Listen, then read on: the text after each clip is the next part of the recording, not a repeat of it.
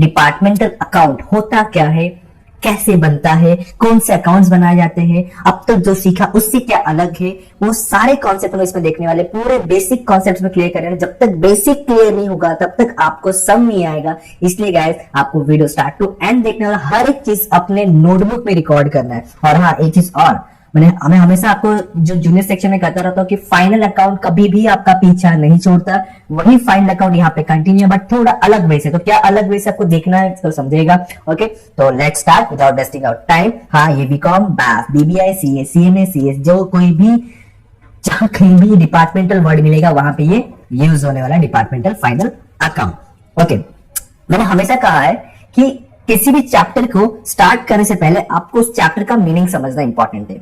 Okay, आप लोगों ने पहले देखा रहेगा, क्या देखा रहेगा, मतलब सीखा रहेगा final account. I am saying final account. तो आप लोग मुझे बताओ कि फाइनल अकाउंट में हम लोग कौन कौन से अकाउंट बनाते थे। तो काफी लोग के दिमाग में आंसर आ रहा होगा, sir trading account, sir profit and loss account, sir last में एक स्टेटमेंट होता था जिसको हम बैलेंस शीट बोलते थे। कुछ लोग तो ये भी बोलेंगे सर इसमें पार्टनर्स कैपिटल, पार्टनर्स करेंट भी बनता था। Yes guys, partners capital, partners current भी बनता था। बट जो मेन अकाउंट्स होते हैं अपने तीन होते हैं, मतलब दो अकाउंट है, एक स्टेटमेंट होता है। ठीक है, अभी भी हम लोग उन्हीं चीज को बनाएंगे लेकिन थोड़ा अलग वे से बनाने वाले। क्या समझाता हूं मैं। लेट एज्यूम कि कोई एक बिजनेसमैन है, लेट एज्यूम कोई एक बिजनेसमैन है हमारा, ये मान लो कि ये कोई बिजनेसमैन है हमारा, और उसका एक, लेट एज्यूम कि ये हमारा है बिजनेसमैन। ओह ग्रेट, स्मार्ट है। ओके, अब ये बिजनेसमैन का एक स्टोर डिपार्टमेंट है। ठीक है, तो डिपार्टमेंटल बिजनेस उसका। चलो कि उसका बिजनेस बना लेते हैं हम लोग। ड्राइंग तो इतना अच्छा नहीं है बट ओके, कॉन्सेप्चुअली हम समझेंगे। छोटा सा उसका एक बिजनेस है, उसका एक बिजनेस है, और दरवाजा बना देते, चोर घुस जाएगा वरना। और ये ऐसा, चलो एक बिजनेस का जो डिपार्टमेंट, फर्स्ट डिपार्टमेंट उसका मान लो क्लोथ्स का है, एंड सेकंड डिपार्टमेंट जो उसका शूज का। इसका मतलब ये है कि ये बंदा जो पूरा बिजनेस करता है, जो दो प्रोडक्ट बिजनेस करता है, एक क्लोथ का, दूसरा शूज का। जो हम लोग फाइल अकाउंट बनाते हैं बच्चों, इसका नाम दे, फोटो रहेगा अपने पास, क्लोथ एंड शूज ना। Yes I have. मान लो ये क्लोथ का बिजनेस सोल्ड कर रहा है और शूज डिपार्टमेंट, वो दो क्या बात है। ये आ गया शूज डिपार्टमेंट। ठीक है, देखो मतलब ये बंदा, ये बिजनेसमैन, ये दो प्रोडक्ट में डील करता है, ये दो प्रोडक्ट मार्केट में सेल करता है। हम लोग जो फाइनल अकाउंट बना रहे थे ना, वो पूरे इस बिजनेस का बना देते हैं कि इस पूरे बिजनेस में प्रॉफिट कितना हुआ, लॉस कितना हुआ, कितने एसेट्स, कितने liabilities and so and so. अब अगर मुझे पता करना है सिर्फ क्लोथ डिपार्टमेंट का प्रॉफिट हो रहा है, लॉस हो रहा है, क्या हो रहा है, मुझे पता करना है कि शूज बिजनेस हमारा ग्रो हो रहा है, नहीं हो रहा है, मतलब मुझे डिपार्टमेंटल वाइज प्रॉफिट पता करना है। क्या करना है? डिपार्टमेंटल वाइज प्रॉफिट पता करना है या लॉस पता करना है, इनका ग्रोथ पता करना है डिपार्टमेंटल वाइज। तो मैं फाइनल अकाउंट से नहीं पता कर सकता बॉस, क्योंकि फाइनल अकाउंट क्या है, ये पूरा फाइनल ही है, टोटल बिजनेस का है, लेकिन मुझे पर बिजनेस का चाहिए, एक बिजनेस का चाहिए, एक डिपार्टमेंट का चाहिए। इसलिए यहां पे क्या हुआ, यही फाइनल अकाउंट को थोड़ा सा इन लोगों ने चेंज कर दिया, और चेंज करके क्या कर दिया, डिपार्टमेंटल फाइनल अकाउंट कर दिया। डिपार्टमेंटल फाइनल अकाउंट मतलब वही अकाउंट बनेंगे, मतलब आपका बनेगा डिपार्टमेंटल ट्रेडिंग अकाउंट, फिर आपका बनेगा departmental profit and loss account, and balance sheet तक दोनों कंबाइन ही बनता हमेशा। ठीक है, इसको हम बोलेंगे बैलेंस शीट। तो इस तरह से इस चैप्टर में क्या देखना है कि हर एक डिपार्टमेंट का ट्रेडिंग ग्रॉस प्रॉफिट कितना हो रहा है, ग्रॉस लॉस कितना हो रहा है, हर एक डिपार्टमेंट का नेट प्रॉफिट और नेट लॉस कितना हो रहा है। सो इसका ये मतलब है कि हम लोग अगर दो बिजनेस है, मतलब 2 बार ट्रेडिंग बनाएंगे, 2 बार प्रॉफिट लॉस अकाउंट ड्रॉ करेंगे। अरे बाप रे बाप, मतलब से ऑलरेडी 3 तो थे, ये भी 6 बार बनेंगे। 6 अकाउंट से नहीं बच्चे, बिल्कुल नहीं। वो तो ट्रिक है इसके अंदर कि आपको एक ही अकाउंट के अंदर कैसे दो कॉलम बना करके, एक क्लॉथ का, एक शूज का, कैसे वो ड्रॉ करेंगे, वही हमें सीखना है। ओके, तो आई थिंक सो अभी माइंड में क्लियर है कि डिपार्टमेंटल अकाउंट होता क्या है। डिपार्टमेंटल अकाउंट से हमें ये पता करना है कि हर एक डिपार्टमेंट का प्रॉफिट हो रहा है या लॉस हो रहा है, हर एक डिपार्टमेंट का ग्रोथ पता करना है। अगर मैं इसी चीज को थ्योरी लैंग्वेज में अगर कहूं, देखो departmental account means what, maintaining and record of accounts और रेवेन्यू एक्सपेंसेस, मतलब हर एक डिपार्टमेंट का अकाउंट और उस डिपार्टमेंट का रेवेन्यू और एक्सपेंसेस दो या दो से डिपार्टमेंट है, उन सबको एक जगह पे सेपरेटली अलग अलग लिखने को ही हम लोग क्या बोलेंगे, डिपार्टमेंटल अकाउंट। किसी भी बिजनेस का, उस बिजनेस के रेवेन्यू एक्सपेंसेस को प्रॉपर अकाउंटिंग टर्म में अलग अलग लिखने को ही हम लोग क्या बोलेंगे, डिपार्टमेंटल अकाउंटिंग। और उसी को अलग से रिपोर्टेड भी करेंगे, मतलब बताएंगे देखो बाबा शूज बिजनेस का इतना एक्सपेंसेस इतना इनकम, ये क्लोथ बिजनेस का इतना एक्सपेंसेस इतना इनकम, उसको बोलते हैं रिपोर्टेड सेपरेटली। ओके, हम लोग क्यों बनाते हैं डिपार्टमेंट अकाउंट? अगर मान लो डिपार्टमेंट अकाउंट के ऊपर कोई भी थ्योरी क्वेश्चन आया आपको 5 से 7 मार्क के लिए होता है, तो आप इन सारी चीजों को लिख सकते हो उसके अंदर, जो मैं अभी अभी इतने सारी चीजें डिस्क्लोज कर रहा हूं। ओके, तो ऑब्जेक्टिव एंड इंपॉर्टेंस क्या है? फर्स्ट तो है कि इंटर डिपार्टमेंटल परफॉर्मेंस, मतलब किसका परफॉर्मेंस काफी अच्छा है वो पता करने के लिए हमारे लिए डिपार्टमेंटल अकाउंट हेल्पफुल है।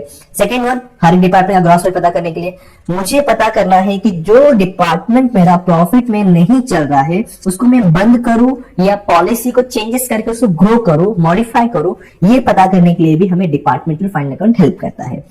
Assist management of cost control, जो कॉस्ट हो रहे, जो खर्चे हो रहे, उसको कंट्रोल करने के लिए भी डिपार्टमेंटल अकाउंटिंग हमें हेल्प करता है। और कुछ नए पॉलिसीज को फ्रेम करने के लिए ऐसे कुछ ऑब्जेक्टिव्स मैंने दिए हुए 3 से 5 ऑब्जेक्टिव्स, इन्हें देख लेना, लिख लेना नोटबुक पे, काफी अच्छा, काफी हेल्पफुल रहेगा आपके लिए। ओके, नेक्स्ट कॉन्सेप्ट, हमें क्वेश्चन में क्या दिया होता है, क्या सॉल्व करना होता है, जो हमारे एग्जाम पॉइंट ऑफ व्यू, जो आप लोग अब तक ढूंढ रहे थे सर ये सब तो ठीक है, थ्योरी वगैरह हमेशा दिमाग खराब होता है, बस ये बता दो हमें करना क्या है। ठीक है, हमें दिया क्या होता है, करना क्या होता है। तो अगर डायरेक्टली देखो तो कुछ समझेगा नहीं, वेट करो मैं एक्सप्लेन करता हूं। देखो पहले ना हमें इसमें रिकॉर्ड क्या करना है, हमें तो सारे के सारे एक्सपेंसेस और इनकम को ही रिकॉर्ड करना है। ओके, तो कैसे होता है, अलग अलग डिपार्टमेंट का अलग अलग एक्सपेंसेस और अलग अलग इनकम होता है। तो हो सकता है काफी सारे एक्सपेंसेस और इनकम डिपार्टमेंटल वाइज आपको दिए रहेंगे। Some are given already in allocated department wise, allocated, appreciated, ये सब चीजें आपको आएगा। ठीक है, तो कुछ ऐसे एक्सपेंसेस होंगे जो ऑलरेडी आपको इस तरह से अलोकेट करके दिए रहेंगे, बता के दिए रहेंगे कि एक्स का 20,000, वाई का 50,000 और जेड का 10,000। और कुछ ऐसे कॉमन एक्सपेंसेस होंगे जो बता दिया रहेगा कि पूरे बिजनेस का एक्सपेंसेस 18,000, आप खुद डिवाइड कर लो कि एक्स का कितना, वाई का कितना, जेड का कितना, मतलब X department, Y department, Z department. Sir नहीं समझा, देखो एक एग्जांपल समझाता हूं मैं यहाँ पे। देखो फॉर एग्जांपल आपको बता के दिया है कि क्लोथ डिपार्टमेंट का 10,000 रेंट होता है और शूज डिपार्टमेंट का 6,000 रेंट होता है। ठीक है, बता के दिया है, तो उसको बोलेंगे ऑलरेडी अलोकेटेड, आपको रखे दिया हुआ है। बट आपको बोल दिया गया कि टोटल रेंट जो है 1 लाख रुपए है इस बिजनेस का, थोड़ा बड़ा अमाउंट हो गया, थोड़ा छोटा लेते हैं, चलो। बोल दिया गया कि इस पूरे बिजनेस का होता है 20,000 रुपीज रेंट। अब खुद डिवाइड कर लो। तो अभी अकाउंटेंट क्या करेगा, तो पहले कंफर्म करे कि क्लोथ डिपार्टमेंट कितने एरिया स्क्वायर फीट में है और शूज डिपार्टमेंट कितने एरिया, क्योंकि हमारा जो रेंट होता है किस पे डिपेंड होता है कि हमारा एरिया कितना बड़ा है, हमारा स्क्वायर फीट, हमारा घर कितना बड़ा है, उसके ऊपर डिपेंडेंट होता है ना। तो मान लो इसका बड़ा एरिया तो डिपेंड करता है, स्क्वायर फीट रेडी करेंगे लोग। जैसे कि फॉर एग्जांपल ये 600 स्क्वायर फीट पे है, ये 400 स्क्वायर फीट पे है, तो रेशियो क्या बन गया 6:4, 0 गायब करने के बाद। तो फिर उस रेशियो पे हमें रेंट को क्या करना पड़ेगा, कैसे करना सीखेंगे हम लोग आगे जाकर के, बट मैं खाली आपको हिंट दे के रख रहा हूं। ठीक है, तो जो एक्सपेंसेस ऑलरेडी डिवाइड के दिए हैं कुछ डिवाइड के दे रहेंगे, एंड जो डिवाइड के नहीं दिए हैं कॉमन एक्सपेंसेस हो गए, उसे हम लोग अपने रेशियो के हिसाब से डिवाइड करेंगे। अब से क्वेश्चन आता है कौन से रेशियो के ऊपर। चलो आपने रेंट का तो बता दिया, एरिया स्क्वायर फीट का, ऐसे ना हमेशा सोचना पड़ेगा कि हमेशा एरिया स्क्वायर फीट पे ही सब कुछ डिवाइड करना है, नहीं बच्चों। तो आपको बता के दे रहे हैं कि 18,000 को 2:3:1 में डिवाइड करो, या बोल के दे रहेंगे इक्वल में डिवाइड करो, तो उसको बोलेंगे गिवन डिपार्टमेंट वाइज। ठीक है, रेशियो आपको डिपार्टमेंट वाइज भी दिए हो सकते हैं। अगर रेशियो दिया ही नहीं है तो आपको थोड़ा सोचना पड़ेगा कि वो कौन सी रेशियो में डिवाइड होना चाहिए, कौन सा वो अप्रोप्रिएट बेसिस है। तो ये वाला चीज मैं बताऊंगा कि कौन सा एक्सपेंसेस कौन से रेशियो में जाता है, इसलिए बोला कि स्टार्टिंग से एंड अप पूरा देखना है, लिखना है नोटबुक पे। ठीक है, और कुछ एडजस्टमेंट दिएंगे। इन शॉर्ट कुछ एक्सपेंसेस आपको ऑलरेडी डिवाइड करके दिए रहेंगे, कुछ सिंगल दिए रहेगा जो आपको डिवाइड करके रेशियोज में लिखना होगा। अब मैं बात करूंगा रेशियोज के बारे में। रेशियो से पहले हमें क्या सॉल्व करना था, मैंने पहले पीछे बता दिया। ट्रेडिंग, प्रॉफिट एंड लॉस और बैलेंस शीट। बैलेंस शीट कभी कभी बोलता है बनाने के लिए, कभी कभी नहीं बोलता है। अगर नहीं बोला है तो मत बनाओ, लेकिन trading and profit and loss compulsory बोलता है आपके पेपर में सॉल्व करने के लिए। आपके लिए अभी एक नया क्या है, जनरल प्रॉफिट एंड लॉस। ये क्या होता है मैं बता देता हूं। देखो कुछ ऐसे एक्सपेंसेस और इनकम होंगे जो सारे डिपार्टमेंट में प्रॉपर्ली डिवाइड कर देंगे, लेकिन कुछ ऐसे एक्सपेंसेस और इनकम होंगे जो किसी डिपार्टमेंट में डिस्ट्रीब्यूट हो ही नहीं पाएगा। ध्यान सुनना, कुछ ऐसे एक्सपेंसेस होंगे, एक्सपेंसेस एंड इनकम होंगे जो डिपार्टमेंटल वाइज में डिवाइड नहीं हो पाएगा, तो वो चीजों को हम लोग कहाँ लिखेंगे, जनरल प्रॉफिट एंड लॉस के अंदर। मैंने क्या बोला, जो एक्सपेंसेस और इनकम डिपार्टमेंट वाइज डिवाइड नहीं हो पाएगा उनको हम लोग कहाँ लिखेंगे, जनरल प्रॉफिट लॉस। क्या होंगे हम लोग देखेंगे अभी। फाइनल को मैनेज तो पता ही आपको।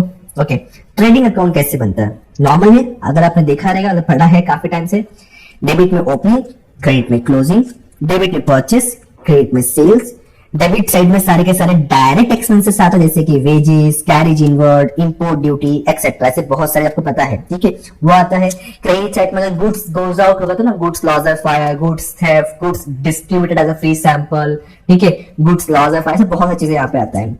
हम जब क्लोज करेंगे तो या तो लॉस या तो प्रॉफिट, मतलब नॉर्मल है। देखो अभी एक क्वेश्चन माइंड था ना कि सर 3-3 6-6 अकाउंट बनेंगे, बिल्कुल नहीं। देखो यहाँ पे डिपार्टमेंट वाइज में बस कॉलम ऐड कर दिया गया, जहां एक डिपार्टमेंट का बना देते हैं, अभी तीनों डिपार्टमेंट का साथ में बन गया, तो इससे क्या होता है, काम कम हो जाता है आपका, जितने डिपार्टमेंट उतने अमाउंट के कॉलम, बस उतना अलग है। ये ट्रेडिंग अकाउंट हो गया। सेम क्या, profit and loss account, gross loss, gross profit, ये तो यहां से शिफ्ट हुआ रहेगा, ठीक है, and net loss, net profit तो क्लोजिंग करने पे मिलेगा, एंड डायरेक्ट इनडायरेक्ट एक्सपेंसेस, ये चीज आपको पता है कि प्रॉफिट एंड लॉस में कौन से चीजें आते हैं, ट्रेडिंग में क्या आता है। देखो ना, यहाँ पे वेजेस, तो यहाँ पे सैलरी, यहाँ पे कैरेज इनवर्ड, तो यहाँ पे कैरेज आउटवर्ड, यहाँ पे इंपोर्ट ड्यूटी, तो यहाँ पे एक्सपोर्ट ड्यूटी, फिर बैड डेट्स, एडवर्टाइजमेंट, या फिर एक्सेट्रा, फिर डिस्काउंट अलाउड। डिस्काउंट अलाउड का क्या मतलब होता है, डिस्काउंट रिसीव का बहुत कंफ्यूज होते हैं बच्चे इसमें। डिस्काउंट अलाउड मतलब होता है कि हम अपने कस्टमर को डिस्काउंट दे रहे हैं, हम अपने कस्टमर को क्या कर रहे हैं, डिस्काउंट दे रहे, डिस्काउंट अलाउड कर रहे, तो हमें तो लॉस हो रहा है ना, तो लॉस कहां पे आएगा, यहाँ पे आएगा। तो जो डिपार्टमेंट का डिस्काउंट होगा उस डिपार्टमेंट लिख देंगे, अगर तीनों में रहेगा तो तीनों में लिख देंगे, मतलब ये डिपार्टमेंट वाइज में डिवाइड हो पा रहा है। डिस्काउंट रिसीव का मतलब होता है हमने अपने सप्लायर से कुछ परचेस किया, तो हमें उस सप्लायर ने बोला चलो आपको इतने रुपए का डिस्काउंट, तो वो डिस्काउंट रिसीव्ड, तो हमें तो डिस्काउंट मिल रहा है ना, तो हमारे लिए क्या हुआ, फायदा हुआ, इसलिए कहां लिखा वो क्रेडिट साइड। और एक क्लोज करेंगे, वही देखो डिपार्टमेंट वाइज में अलग अलग करेंगे हम लोग, ठीक है, प्रैक्टिकल सम करेंगे तो ज्यादा माइंड क्लियर होता है कि अकाउंट ऐसा सब्जेक्ट है बॉस, जितना भी थ्योरी पढ़ लो क्लियर नहीं हो पाता अच्छे से, तो प्रैक्टिकल करना जरूरी है, बट थ्योरी भी आपका बेस है इसलिए करना हमें इंपॉर्टेंट है। अब बात करेंगे जो आपके लिए नया है, जनरल प्रॉफिट एंड लॉस। कुछ ऐसे एक्सपेंसेस एंड इनकम होंगे जो आप डिवाइड नहीं कर पाओगे डिपार्टमेंट वाइज में, तो उन चीजों को आपको general profit and loss account के अंदर लिखना है। देखो यहाँ पे जो लॉस आ रहेगा ना तीनों डिपार्टमेंट का, उसको यहां लिखना है। अगर लॉस नहीं हुआ है, प्रॉफिट हुआ है, तो आपका बैलेंस यहां दिख रहा होगा, तो ये तीनों प्रॉफिट को यहां लिखना है पहले। अब कौन से ऐसे इनकम है जो डिपार्टमेंट वाइज में डिवाइड नहीं किया जा सकता, पहले तो इंटरेस्ट और डिविडेंड रिसीव। फॉर एग्जांपल आपने पूरे कंपनी की तरफ से किसी कंपनी का शेयर्स खरीदा है, कहीं पे इन्वेस्टमेंट किया है, तो उस पर डिविडेंड या फिर इंटरेस्ट मिल सकता है। तो ये किसी पर्टिकुलर डिपार्टमेंट का नहीं है, ये पूरे बिजनेस का है, जनरल है, इसलिए कहां पे आया, जनरल प्रॉफिट एंड लॉस में। आपने अपने बिजनेस का कोई एसेट सोल्ड कर दिया, किसी पर्टिकुलर डिपार्टमेंट का अगर सोल्ड किया तो डिपार्टमेंट में जाएगा प्रॉफिट एंड लॉस में, डिपार्टमेंट प्रॉफिट एंड लॉस में। लेकिन पर्टिकुलर एसेट नहीं बताया गया है तो कहां पे आएगा, जनरल। स्टॉक रिजर्व अलग कॉन्सेप्ट है, बताऊंगा अभी आगे, इंटरेस्ट आता है, ठीक है। उसके बाद यहाँ पे आ जाओ एक्सपेंसेस। ऐसे कौन से एक्सपेंसेस होते हैं जनरल होते हैं, मतलब जो एक पर्टिकुलर डिपार्टमेंट वाइज नहीं होता, जैसे ऑडिट या लीगल एक्सपेंसेस। कोई लीगल केस चल रहा है कंपनी के ऊपर, कंपनी का बोला मैंने, डिपार्टमेंट के ऊपर नहीं बोला है, ठीक है। वैसे ऑडिट एक्सपेंसेस, कोई ऑडिटर आया कंपनी का ऑडिट करना है, डिपार्टमेंट का ऑडिट नहीं। Income tax, interest on loan, director fees, insurance, bracket में जनरल वर्ड, कन्वीनियंस, पोस्टेज, ऐसे कुछ एक्सपेंसेस होंगे जो जनरल होंगे। अगर इनका रेशियो नहीं दिया है तो हम लोग क्या करेंगे, उनको कहां लिखेंगे, general profit and loss account के अंदर। तो इसके ऊपर लिख लो। मैंने ट्राई किया कि पूरा पोर्शन कवर कर सकूं, तो इसके अलावा एक्स्ट्रा कुछ और नहीं आएगा, आएगा तो भी आपको समझ जाना है। फोर्थ, तो हमने सारे अकाउंट देख लिए, ट्रेडिंग, प्रॉफिट एंड लॉस और general profit and loss. Sir आपने सब कुछ बता तो दिया, लेकिन अगर मान लो सैलरी बोला है 10,000, तो हमें कैसे मालूम पड़ा कौन से अमाउंट में कौन से रेशियो में डिवाइड करेंगे। यस बच्चों, मतलब मेन कॉन्सेप्ट अब आपका आता है जो है रेशियोस। ओके, क्या रेशियोस, कि हम लोग कौन से रेशियो में डिवीजन करेंगे, ठीक है। ये इंपॉर्टेंट है, बहुत ज्यादा इंपॉर्टेंट है, पूरा चार्ट लिख देना। हो सकता है कि आपको टेक्स्ट बुक में दिया रहेगा, बट जैसे मैंने जो दिया है, जितनी चीजें कंटेंट दिया उतना सब कुछ शायद नहीं दिया होगा, ठीक है। तुम सारी चीजों को नोट पे लिख लो, हर एक क्वेश्चन में आपको ये चीज हेल्प करने वाला है। देखो पहला तो है परचेस रेशियो। तो जो भी एक्सपेंसेस परचेस से लिंक होता है, जो भी एक्सपेंसेस परचेस से रिलेटेड होता है, उन सारे एक्सपेंसेस को हम लोग परचेस रेशियो में डिवाइड करेंगे। जैसे फ्रेट, कैरेज इनवर्ड ऑक्ट्राय या फिर डिस्काउंट मिलता है, हमें डिस्काउंट मिलता है, हमारे लिए इनकम होता है। तो कब डिस्काउंट मिलता है? जब हम लोग कुछ परचेस करेंगे तो। फ्रेट, कैरेज इनवर्ड ये सब होता है क्या? जब हम लोग कुछ खरीद कर लाते हैं, परचेस करके लाते हैं तो उसमें पे करना पड़ता है। मतलब ये सारी चीजें परचेस से लिंक है, इसलिए इन सारे एक्सपेंसेस और इनकम को हम लोग परचेस रेशियो में डिवाइड करेंगे। सेम चीज सेल्स का कॉन्सेप्ट, जो एक्सपेंसेस या इनकम सेल्स से लिंक होगा वो सारे एक्सपेंसेस और इनकम को हम लोग सेल्स रेशियो में डिवाइड करेंगे। जैसे मैं एडवर्टाइजमेंट क्यों करूंगा? सेल्स करने के लिए ना।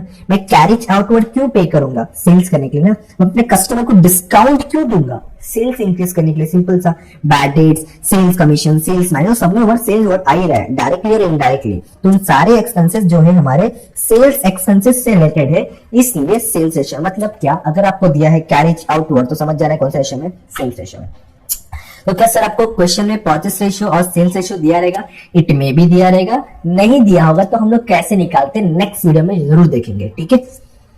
फिक्स्ड एक्सपेंसेस मतलब ऐसे कुछ एक्सपेंसेस होते हैं जो बिल्डिंग के ऊपर, रेंट के ऊपर, टैक्सेस के ऊपर आप टैक्स कैसे पे करते हो? अगर जो होता है ना प्रॉपर्टी टैक्स पे करते हैं, आपको घर पे आता रहेगा तो म्युनिसिपैलिटी टैक्स पे करते हैं, ठीक है। तो टीएमसी टैक्स पे करते हैं। तो टैक्सेस कैसे पे करते हैं? आपका प्रॉपर्टी का एरिया कितना है उसके ऊपर डिसाइड होता है। किसी भी बिल्डिंग का या फिर किसी फ्लैट का रेंट वगैरह कैसे डिसाइड होता है कि आपका एरिया कितना है, कितना स्क्वायर फीट है, तो उससे बोला गया space occupied. Okay, depreciation, repair और इंश्योरेंस, कौन से डिपार्टमेंट में कितने मशीन है उसके ऊपर डिसाइड होगा, या फिर कितने का मशीन है उसके ऊपर डिवाइड होगा। And electricity, lighting and heating, ध्यान रखना इसमें प्रायोरिटी बेस पे, मतलब ना अगर आपको बोला है एक्सपेंसेस लाइटिंग एंड हीटिंग 1000 रुपए है, तो उसको कौन से रेशियो में डिवाइड करोगे? पहले चेक करो क्वेश्चन में क्या मीटर रीडिंग दिया है, क्या दिया है तो मीटर रीडिंग में डिवाइड, क्योंकि आपका जो इलेक्ट्रिसिटी बिल आता है घर पे या फैक्ट्री में वो कैसे होता है, आपका मीटर रीडिंग कितना हुआ उसके ऊपर होता है, ठीक है। सेकंड देखना है कि लाइट पॉइंट, अगर मीटर रीडिंग नहीं चालू तो हम चेक करें कि हमारे घर पे कितने लाइट पॉइंट्स है, ठीक है, कितने ट्यूबलाइट्स है, कितने फैंस है, कितने रेफ्रिजरेटर, सब चीजें, ठीक है। थर्ड पॉइंट चेक करें कितने स्पेस ऑक्यूपाइड, ये आपको लास्ट में ऑप्शन देना स्पेस ऑक्यूपाइड का। सबसे पहला ऑप्शन चेक करो क्वेश्चन में मीटर रीडिंग है कि नहीं है। सेकंड पॉइंट चेक करो क्या लाइट पॉइंट है कि नहीं, ये भी दोनों भी नहीं है तो हम लोग इसमें डिवाइड करेंगे, ओके। इंश्योरेंस ऑफ स्टॉक रहेगा तो stock value, insurance of building रहेगा तो एरिया ऑक्यूपाइड, और इंश्योरेंस प्लांट एंड मशीन रहेगा तो मतलब जितना ज्यादा वैल्यू का प्लांट एंड मशीन होगा उतने ज्यादा अमाउंट का हमारा इंश्योरेंस होगा। सिंपल सा कॉन्सेप्ट है। और कैंटीन एक्सपेंसेस, लेबर एक्सपेंसेस, ये सब कैंटीन एंड लेबर एक्सपेंस किस पे करते हैं? हम अपने एम्प्लॉइज पे करते हैं। तो हर डिपार्टमेंट में जितने एम्प्लॉइज होंगे उस एम्प्लॉय के हिसाब से, नंबर ऑफ एम्प्लॉय के हिसाब से होगा। एंड पावर लास्ट में हॉर्स पावर के ऊपर, ठीक है। पावर ध्यान रखना आपको फैक्ट्रीज में होता है, तो वो सारी चीजें, इतने सारे एक्सपेंसेस लिस्टेशन है, बट जहां तक मुझे लगता है मैंने सारा रेशियोस वगैरह कवर कर लिया है, तो इन सारी चीजों को आप लोग लिख लेना, बहुत ही ज्यादा इंपॉर्टेंट है। अच्छा ओके, अब एक सिर्फ लास्ट कॉन्सेप्ट बचता है आपका, वो है इंटर डिपार्टमेंट ट्रांसफर। ये क्या होता है बताता हूं। तो पीछे था ना लोडिंग का स्टोर रिजर्व, इधर स्टॉक रिजर्व वाला पार्ट, ये कैसे आता है बताता हूं आपको। इंटर डिपार्टमेंटल ट्रांसफर, इसमें कैसा होता है एक डिपार्टमेंट दूसरे डिपार्टमेंट के साथ में परचेस एंड सेल्स करते हैं। समझाता हूं, एक एग्जांपल लेते हैं, बेटर रहेगा। अपने पास था ना, वही एग्जांपल कंटिन्यू करते हैं। एक क्लोथ डिपार्टमेंट था हमारे पास एंड दूसरा शूज डिपार्टमेंट था, ओके। किधर गया? यस, एक है हमारे पास कौन सा, डिपार्टमेंटल ए मान लो, और ये डिपार्टमेंटल बी। थोड़ा सा इसको ऊपर ले लेते हैं तो लिखने एंड समझने के लिए इजी हो जाएगा। डिपार्टमेंटल बी है। कभी कभी कैसा होता है, फॉर एग्जाम्पल डिपार्टमेंटल बी में कोई कस्टमर है जिसने क्या कहा कि मुझे इस कंपनी का, इस ब्रांड का क्लोथ चाहिए, तो इसने डिपार्टमेंट बी क्या बोलेगा, अपने कस्टमर को सेटिस्फाई करे, अपने कस्टमर को खुश करने के लिए बोले आपको कहीं जाने की जरूरत नहीं है सर, आप बस मुझे बता दीजिए साइज एंड सारी चीजें, जो भी आपका रिक्वायरमेंट है मैं जाकर के डिपार्टमेंटल ए से परचेस करके लाके आपको दे दूंगा। तो यहाँ पे हुआ क्या, कॉन्सेप्ट हुआ क्या, देखो ए ने सेंडिंग किया तो बी ने रिसीविंग किया, करेक्ट ना। ए ने क्या किया, सेंडिंग किया, तो बी ने रिसीविंग किया, बराबर। सेंडिंग इंसेंस बोल सकते हैं हमने। ए ने क्या किया, अरे पूरा मान गए, तो ए ने क्या किया, सेल्स किया, तो बी ने क्या किया रहेगा, परचेस किया। मतलब ये एक ही बिजनेस के अंदर दोनों डिपार्टमेंट में इंटर ट्रांसफर किए, इसने सेल इसने परचेस, मतलब आपस में इन लोगों ने परचेस सेल्स किया। और आपको पता है अच्छे से सेल्स क्या होता है, क्रेडिट होता है, परचेस क्या होता है, डेबिट होता है। तो हो सकता है कि ये डिपार्टमेंट ने इसको ऑन कॉस्ट वैल्यू दिया रहेगा। दो वैल्यू होते हैं ना हमारे पास, एक होता है ऑन कॉस्ट वैल्यू बोला रहेगा, जितने का एक्चुअल कॉस्ट वैल्यू है ना इस कपड़े का, मैं तुझे इतने में दे रहा। क्यों? क्योंकि तूने मुझे डायरेक्टली कस्टमर ला के दिया। कौन बोलेगा? डिपार्टमेंटल एज को बोलेगा मैं तुझे कॉस्ट वैल्यू दूंगा, मतलब कोई प्रॉफिट नहीं कमाऊंगा मैं इसमें। और एक हो सकता है कि बोलेगा तू चाहे कोई भी क्यों ना हो, मैं तो तुझे सेलिंग प्राइस पे दूंगा। मतलब सेलिंग प्राइस मतलब क्या होता है? कॉस्ट प्लस प्रॉफिट, मतलब प्रॉफिट भी कमाऊंगा।